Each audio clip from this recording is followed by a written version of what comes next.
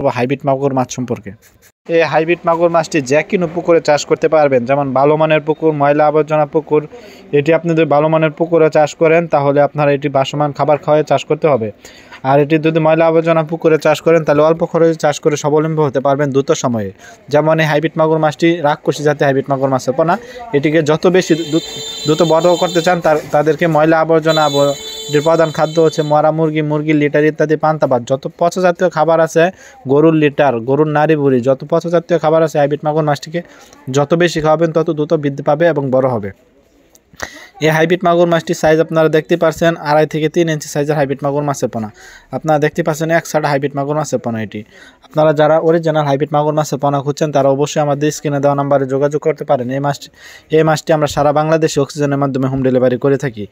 এটি আপনারা যে কোনো সাইজের পোনার জন্য আমাদের কাছ থেকে সংগ্রহ করতে পারবেন, যেমন 1.5 ইঞ্চি, 2 ইঞ্চি, 3 ইঞ্চি, 4 ইঞ্চি, 5 ইঞ্চি পর্যন্ত আমাদের কাছ থেকে অ্যাভেলেবেল পোনা সংগ্রহ করতে পারবেন। আপনাদের কাছে ছোট্ট একটি রিকোয়েস্ট, ভিডিওটি ভালো লাগলে অবশ্যই চ্যানেলটিকে সাবস্ক্রাইব করে রাখবেন নিত্য নতুন ভিডিও পাওয়ার জন্য।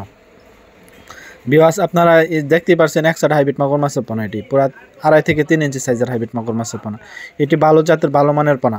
এই হাইব্রিড মাগুর মাছটি রাক্ষসী জাতের হাইব্রিড মাগুর মাছের পোনা। এটিকে যত ময়লা আবর্জনা পুকুরে চাষ করতে পারেন তত অল্প সময়ে এটি চাষ করে লাভবান হতে পারবেন।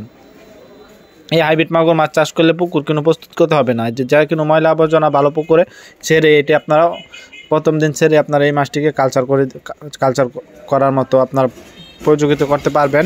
এই হাইব্রিড মাগুর মাছটি অবশ্যই আমাদের স্ক্রিনে দেওয়া নাম্বারে যোগাযোগ করবেন, তাহলে আপনারা এই মাছটি আমাদের কাছ থেকে সংগ্রহ করতে পারবেন। ভিউয়ার্স, আপনাদের কাছে ছোট্ট একটি রিকোয়েস্ট, অবশ্যই চ্যানেলটিকে সাবস্ক্রাইব করে রাখবেন নিত্য নতুন ভিডিও পাওয়ার জন্য। আজকের ভিডিওটি এই পর্যন্ত। আল্লাহ হাফেজ। আজকের ভিডিওটি এই পর্যন্ত শেষ করা হচ্ছে। ভিডিওটি ভালো লাগলে অবশ্যই চ্যানেলটিকে সাবস্ক্রাইব করে রাখবেন।